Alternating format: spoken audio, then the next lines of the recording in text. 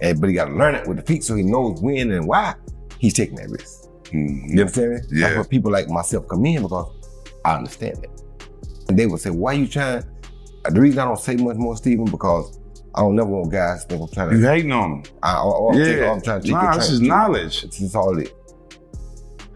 Was particularly anxious to fight Shakur because it's frankly probably a fight that Shakur is going to win.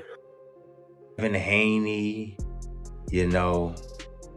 Conor Ben, there's a lot of fights that Shakur can be involved in and beat all these dudes, man. Beat all of them. Has a chance of beating all of them, right?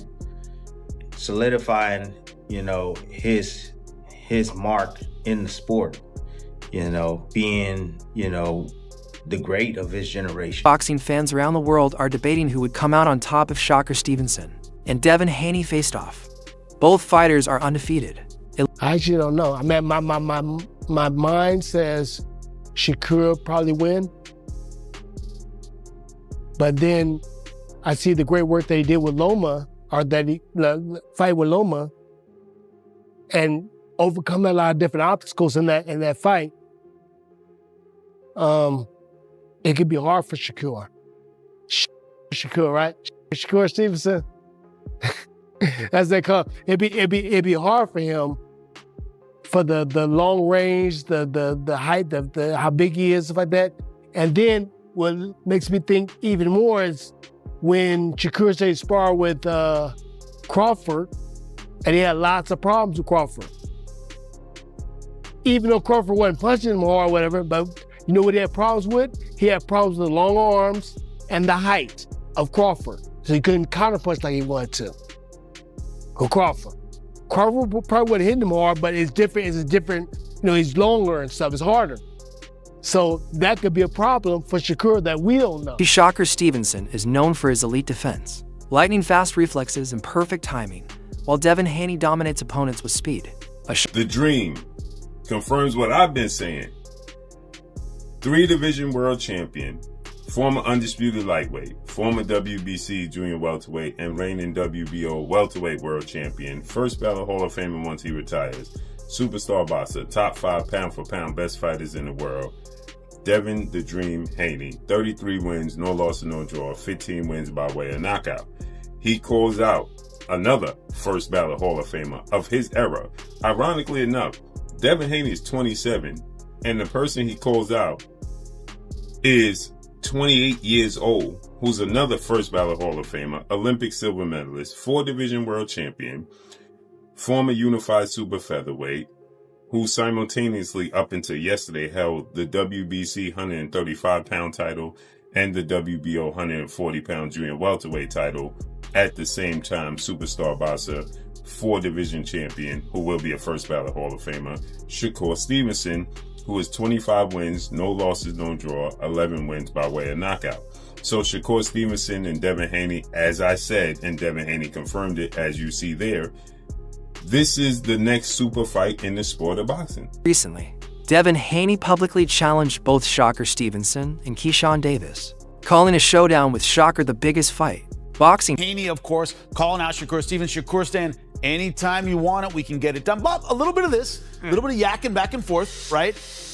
I mean, how awesome would that be? These two names, we've been talking about this fight for a while. This fight for a while. Tantalizing. It's But now, tantalizing. I tell you, it's juicy. I tell you, this fight now is even more juicy than it was the first time around when they were talking about it. When they were talking about it the first time around, Haney was red hot as an undisputed lightweight champion, and Shakur was the boogeyman who was very good, but was having trouble locking in those big insider games. boogeyman. Right. I gotta be honest, man. Like this could, if this happens right now, this is the right timing too, because both are at a good moment in their careers. Very high. It's actually, and there's a title on the line. It's actually simmered better. For experts agree this matchup would be a high-level chess match, with both fighters relying on skill, precision, and strategy rather than knockout power. Boxing analyst Paulie Malignaggi says the timing is perfect, as both men Really something that you wanted to see. But now, because of Shakur's recent performance and Haney still being undefeated and having righted the ship, winning as an underdog against Brian Norman, I rate that. I rate when you take on a fight as an underdog and you win it. I rate that. You know, that's why Haney, for me, got into the circle of trust, because he wasn't trying to milk the whole business like Gervonta Davis has. So he's taking on these kind of challenges. He's winning them. He built himself up to that level to now, okay, take on all comers. Win or lose, take on all comers. He's got that win over Norman as an underdog. You can say what you want post in hindsight. In foresight, a lot of people were picking against Haney. He gets that win. Shakur, in the meantime, makes his name bigger. You gotta pump those numbers up, and he pumped those numbers up by winning the Shakur the Teofimo Lopez fight. Now, you know what? Okay, now there's an interest from both fighters. A lot more money, a lot more at stake, a lot more, again, ambition. I like to use that word ambition today.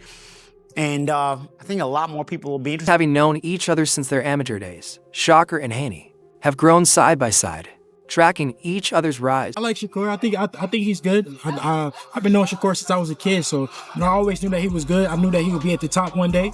So yeah, for sure. Yeah, me and Shakur, we've been sparring since, bro, I think my first sparring session we were like 12 years old, maybe a little bit older, but something like around it, maybe like 13 years old.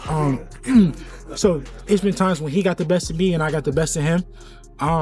But I cannot, judge him off of those sparring sessions. I know he's gotten better, just like I can't judge Ryan off of the fights we fought when we were kids, because I know that he's gotten better, and so have I. If you judge off a sparring session, I mean, you're gonna be in for a long night, especially a sparring session when I was. Legend Roy Jones Jr. believes Shakur must tighten his footwork control, noting that he sometimes moves to far out of range after defending. Shakur Stevenson is a very good fighter, but you gotta learn. And I would hope he would pay attention to this, because this is going to mean a lot for him. Mm-hmm. His feet are good, but sometimes they take him too far out of range to be able to come back and counter. Mm-hmm. The last guy he fought, the guy was a good puncher, so when he was jumping back, he was jumping too far back out of range to where he couldn't come back and get something right away. You understand me? And for the fans, it starts to look bored. That's how I'd say. I feel like he was running. He really ain't running. He just don't understand that this is somebody else teach him. And I would teach him if they brought him to me to teach him. But he got to understand what I'm trying to tell him. I'm not trying to criticize him. Right. When you say something bad, they take this criticism. Right. No, son, you got to understand how to not jump. Okay, people know what the thing that dig the hole, the excavator, right? Yeah. If you move that thing back too far, you can't reach the job. Right. It's got to work, but it got to stay on the job while it work. You can't take it out of, if you work it with this, because this part keeps on the job, the feet. This do the work.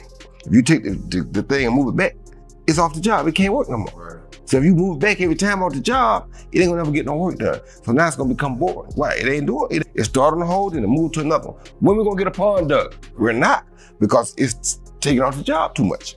You gotta leave it on the job for it to get a pond dug. And that's his only thing. He a great fighter. He got great eyesight. He has great reaction time. He gonna be a great fighter. He just gotta figure out how to use them feet a little different. Is he the best defensive fighter out of all four of them? Right now, defensive, yes, because his defense is with his feet. That's what people don't understand. Defense isn't with your hands, it's with your feet. And he has the best foot defense of the game. Mm-hmm. So if he uses it for defense, when it's strictly defense, yes. But when you want to make it offensive, you can't do the same. You got to cut it in half. And that's the only thing he had a problem with. Once he learns that or figures that out, he gonna be a killer. If y'all want me to come to 147, I'm coming in with rehydration clause. I don't even do that.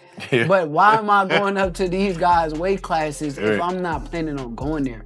So any of y'all want to fight me at 147? Yeah, rehydration. 10 pounds.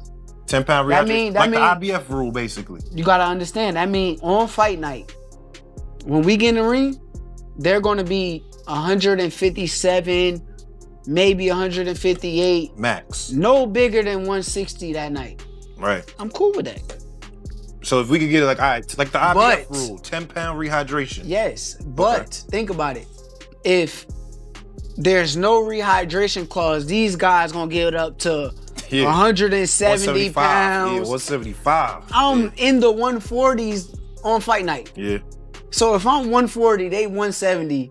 Bro, what am I in here wrestling around with these? Right. Come on, bro. How did you feel at 140 though? Like compared to 35, did you feel any difference? Or was it like in your body, like does it feel any different at all? Or was it the same? Both of them I'm gonna be straight because the weight is easy to make. Bill Haney, Devin